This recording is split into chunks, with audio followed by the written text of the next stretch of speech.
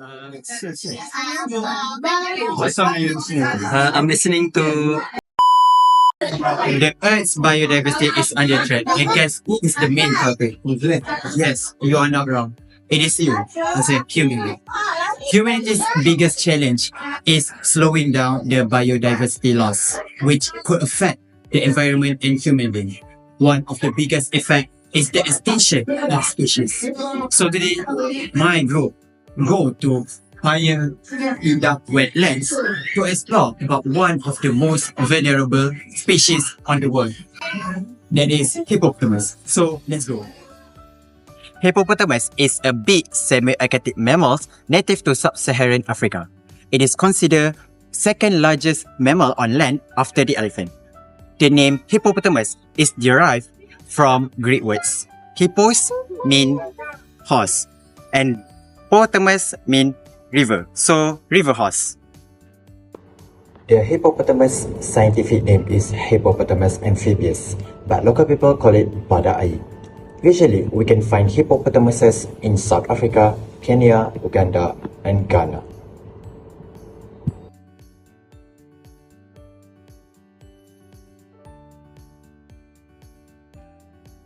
Hippopotamus are about 2 to 5 meters long and stand about 1.5 meters tall.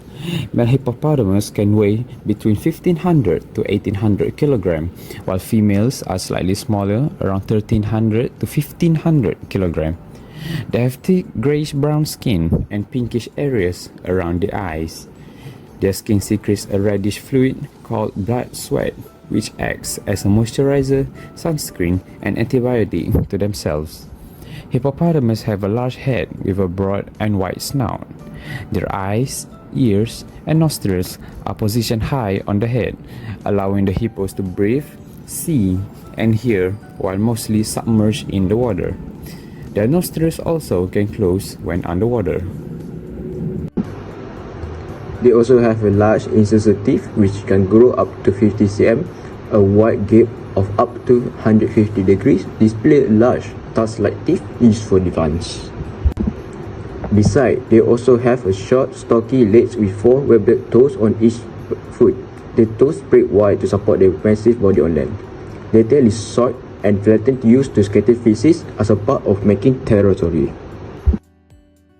Hippopotamus adapt to their semi-aquatic lifestyle by submerging most of the day in water to regulate their body temperature. They can hold their breath for up to 5 minutes while underwater. They are herbivorous, primarily grazing on grass at night, consuming up to 40 kg per night.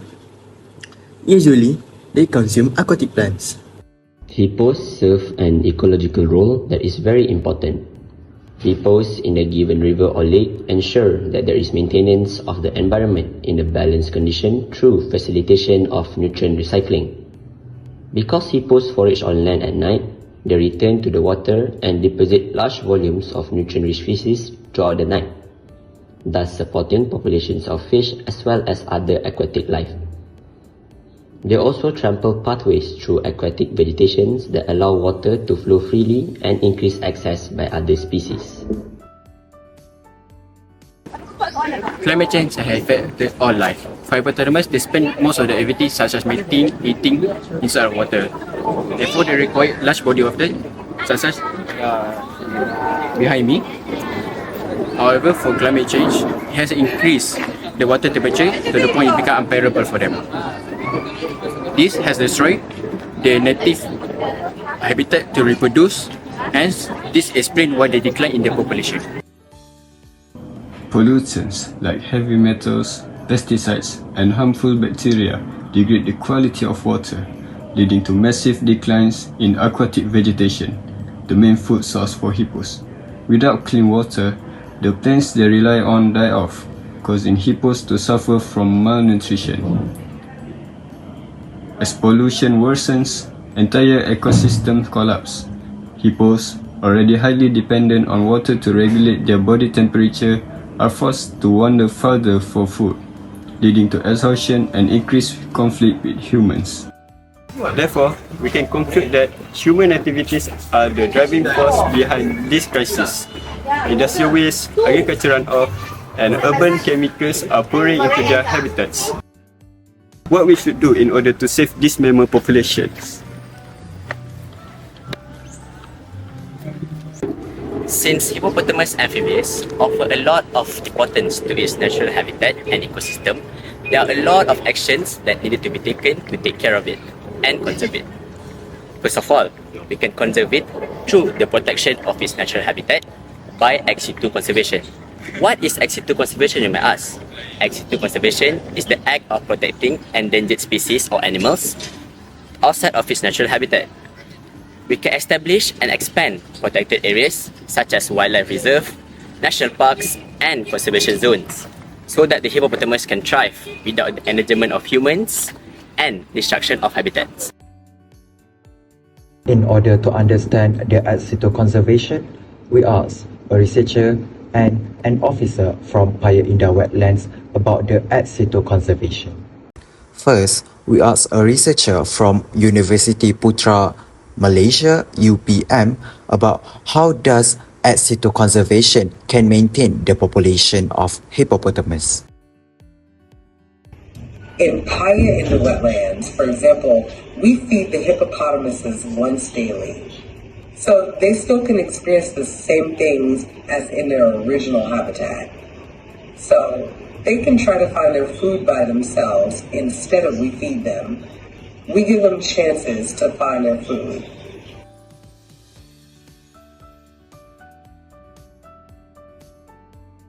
Even though ex situ conservation is good for the population of hippopotamus, there's an article that said if we move the animals from their original habitat, they will be stressed.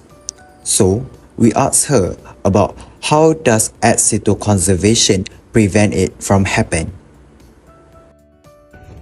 Usually we will look at their original habitat environment and ensure it will be almost the same as their original habitat, so the hippopotamuses won't feel pressured.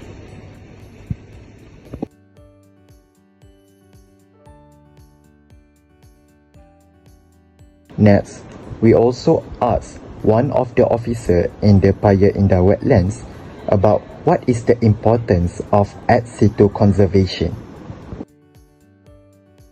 Conservation is important to teach the importance of animals, ecosystems, and biodiversity here. Most people need to learn about nature here, so we teach them about animals and also natural peat swamp forests. This place is good to set up because we can learn about nature and read about animals. Most animals here are rarely found in the zoo because they are wild animals, not farm animals. So they are independent animals. Places like this should be set up more because we take care of and keep the animals more than usual. Here, for example, we learn about the hippopotamuses and crocodiles. There are a lot of things that we can learn, such as their behaviors. Other than that, the action that we could take for the conservation of hippopotamus is ensure the sustainable use of water management. It is because the hippopotamus depends on their healthy water bodies for their survival, such as hydration, skin protection, and their social behavior.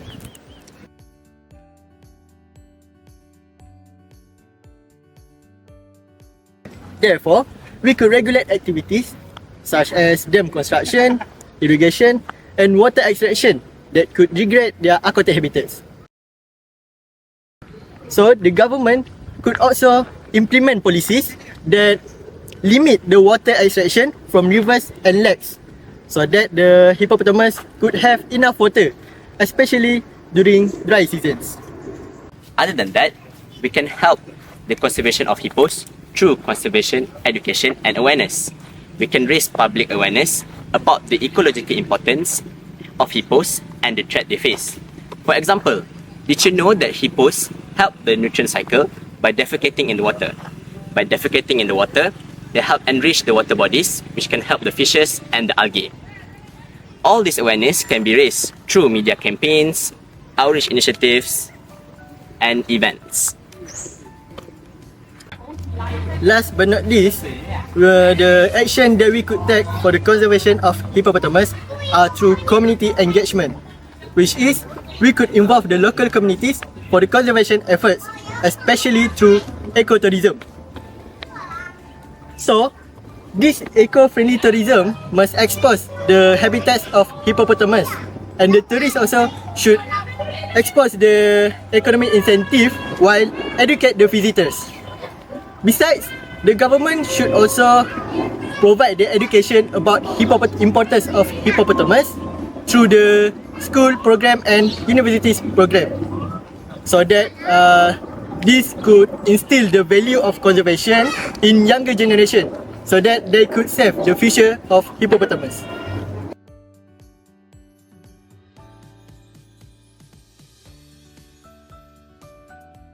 In conclusion, hippo conservation is critical for maintaining biodiversity and overall ecosystem health.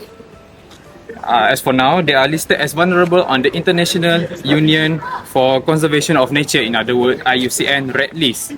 Thus, protecting hippos is not only important for their survival, but also for the overall well-being of ecosystem that depend on their presence.